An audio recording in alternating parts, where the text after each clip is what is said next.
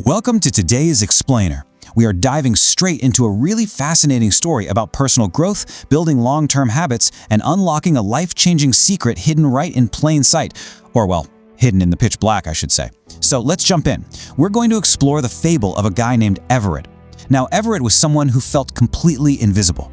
We're talking kings and castles area here. He lived in this tiny little hut on the edge of a bustling market town. He was broke, he was chronically exhausted, and he felt utterly, hopelessly trapped by his poverty.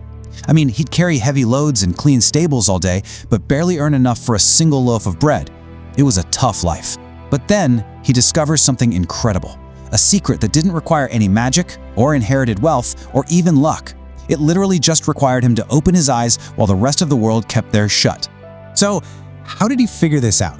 Well, it all started one evening when an old merchant with a busted cartwheel happened to stop near his hut.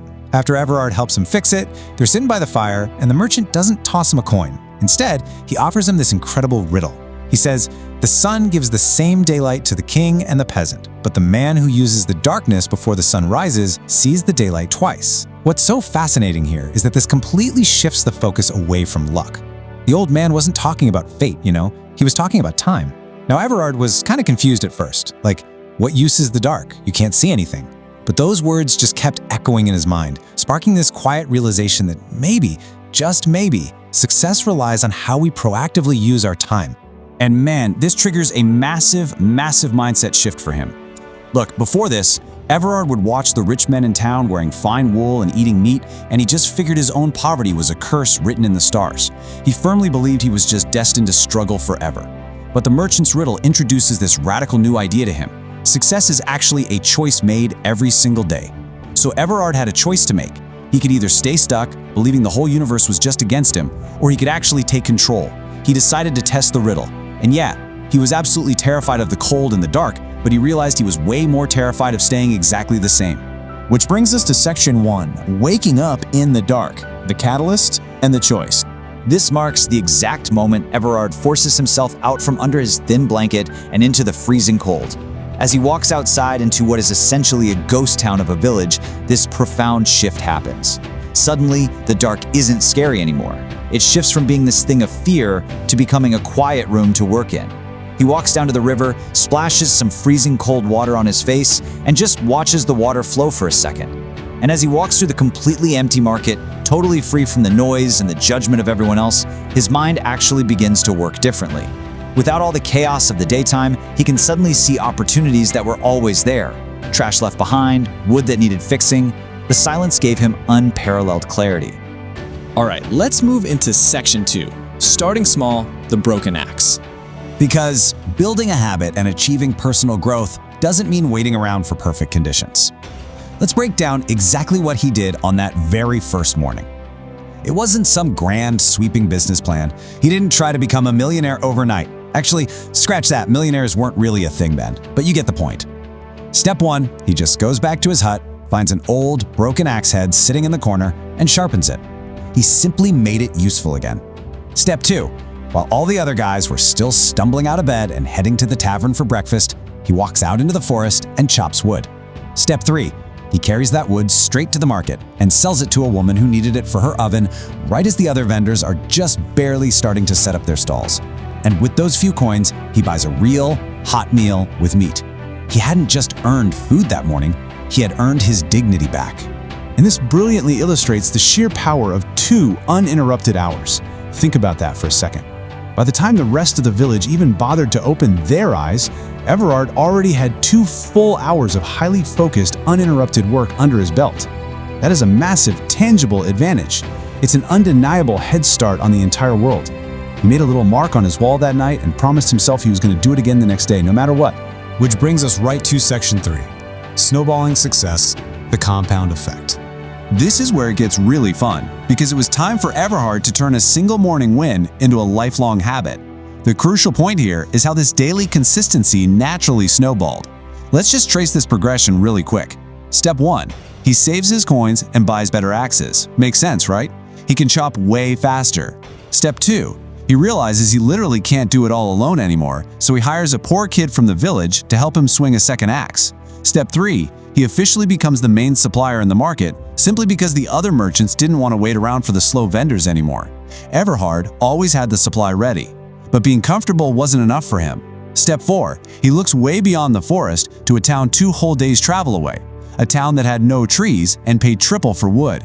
So he hires strong men, organizes a caravan, sells the entire load in one freezing morning, and returns with an actual chest full of coins. Talk about compounding. To truly understand his edge, though, you have to compare Everard directly against his competitors. Look at this. While they were waking up late and spending their mornings totally reacting to the day in an absolute panic, Everard was up at 5 a.m., proactively shaping his reality. And the result? His competitors were constantly rushed, constantly making mistakes, while Everard was always one step ahead. His success wasn't about him being some kind of rare genius. It was purely about starting earlier and using the silence to find clarity before the noise took over. Let's transition to Section 4, a culture of discipline, mastery, and legacy. This is where we see Everard's early mornings really evolve into an empire. Years later, the old merchant who shared the original riddle finally returns to the village. Only this time, he finds Everard not as a broke peasant, but as a wealthy, respected trader. Everard bows to him, thanking him profusely for changing his life, but the old man just smiles and gives us this incredibly profound quote. He says, "I only gave you words, you gave yourself the discipline." Wow, this is such a crucial takeaway for our explainer today. Advice, no matter how brilliant or life-changing it sounds, is completely worthless without the daily discipline to actually act on it. The world around Everard hadn't changed at all. Everard had changed. He stopped treating the early morning as a punishment and finally started treating it as a gift. And the best part? Everard instilled this exact same culture into his workers through what he called his apprentice philosophy.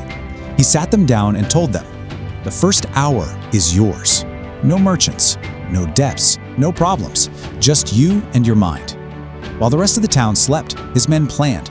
While others complained about how cold it was, his men had already started the fire. He taught them to use that first silent hour of the day to center themselves and prepare for absolutely anything the day might throw at them. Moving into our final section, generational growth, passing down the habit. Here is where we see how this routine transcended his own lifetime.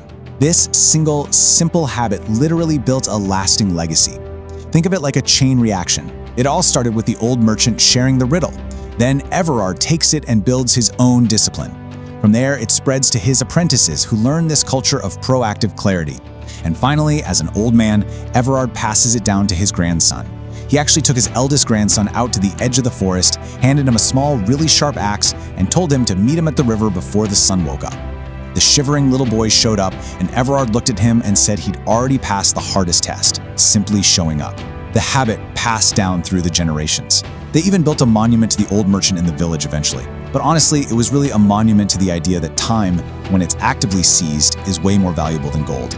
Now, obviously, Everard's world is long gone, but the core principle here, it absolutely remains. Our world today is so loud and it is incredibly distracting, but for a few hours every single morning, it is entirely silent. The story of the broke man who became a millionaire wasn't magic, guys. It was a choice made every single day in the dark. So as we wrap up this explainer, I want to leave you with this one lingering question to think about for your own personal growth and your own habits. The question isn't whether you have talent or whether you have luck on your side.